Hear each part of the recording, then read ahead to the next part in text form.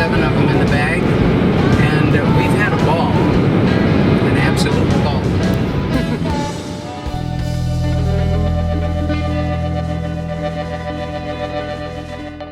So, the day that I got my original diagnosis of Hodgkin's lymphoma, stage 3 Hodgkin's lymphoma, that I was 33. How old are you now? I'm 39. The pathology report from an excision biopsy of a left supraclavicular lymph node was positive for nodular sclerosing Hodgkin's lymphoma. A staging PET scan revealed disease above and below the diaphragm in the chest and spleen, stage 3A. Treatment with combined adriamycin, bleomycin, vinblastine, and dacarbazine, ABVD, was initiated and continued for 6 months, resulting in a complete remission. And so I listened, and I followed, rather than listen to what is wrong within me and what is it that I need to change about me and what options do I have. I just simply followed the crowd, and listened to,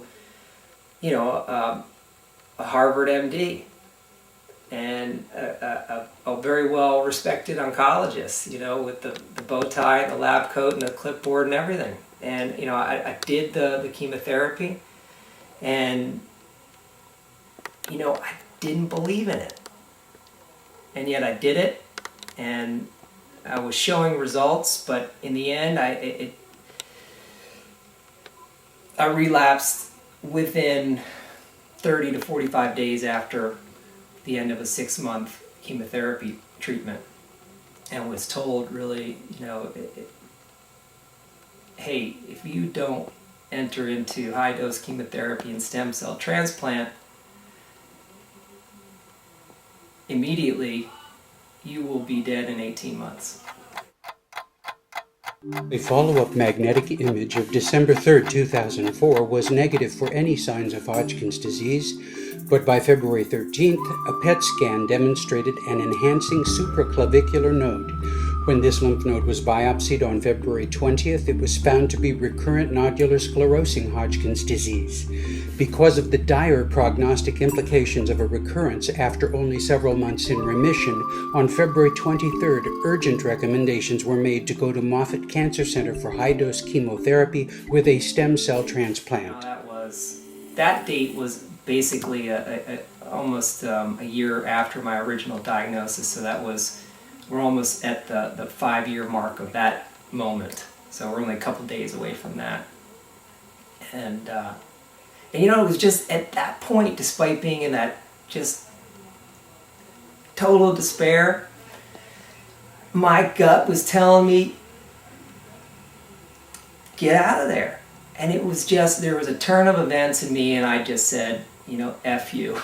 And I walked out the door, and I said, what I'm going to do is listen to my gut, and I'm going to move forward. And that shift and commitment in my own mind attracted more options for me.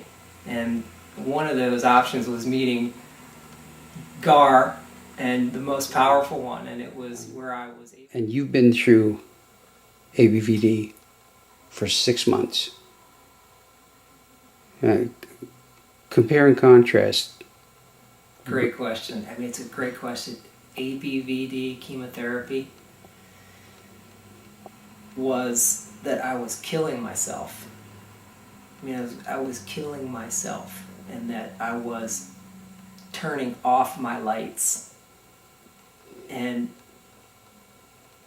Coley's was that I was turning on my lights. I certainly can remember with every symptom that I had, whether it's in the immediate reaction to Coley's or days later, is this a good thing? Is this a bad thing? Is it a good thing?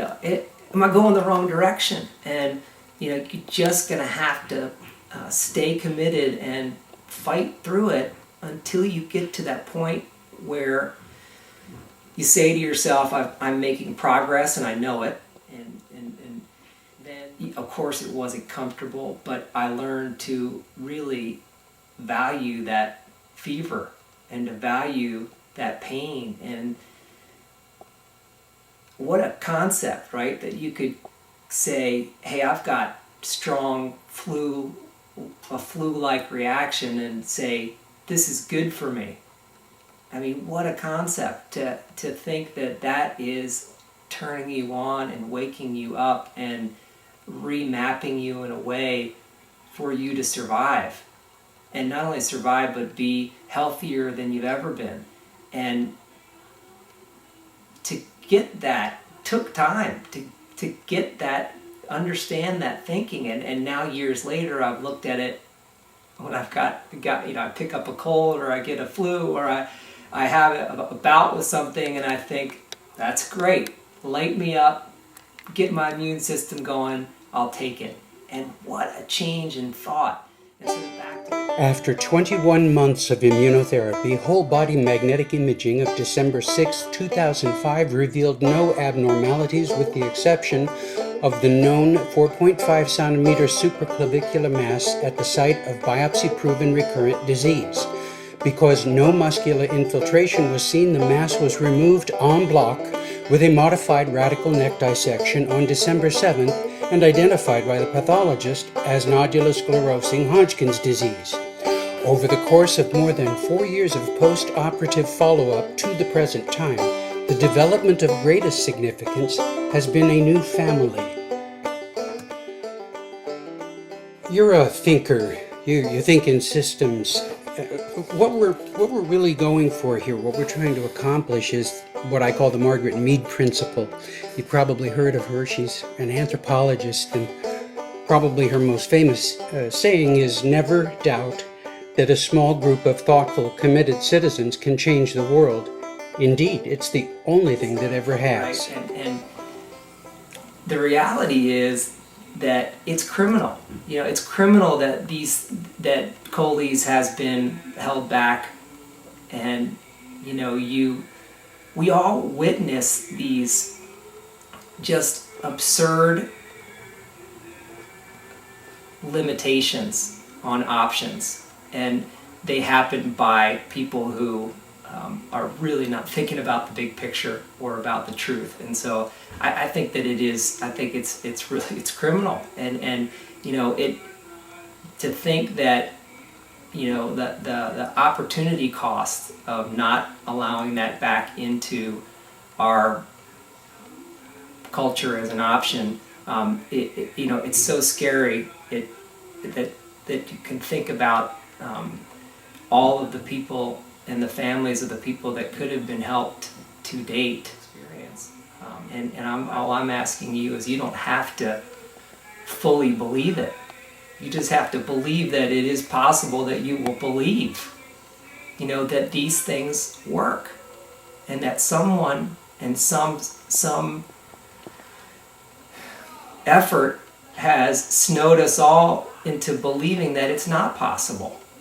And where does that leave us? And, I'm not trying to be a philosopher here. I'm telling you the truth. This stuff works, and it can happen in an individual, and it can happen to us collectively in our culture when we make the commitment. And just, again, we've got to get momentum going in the right direction.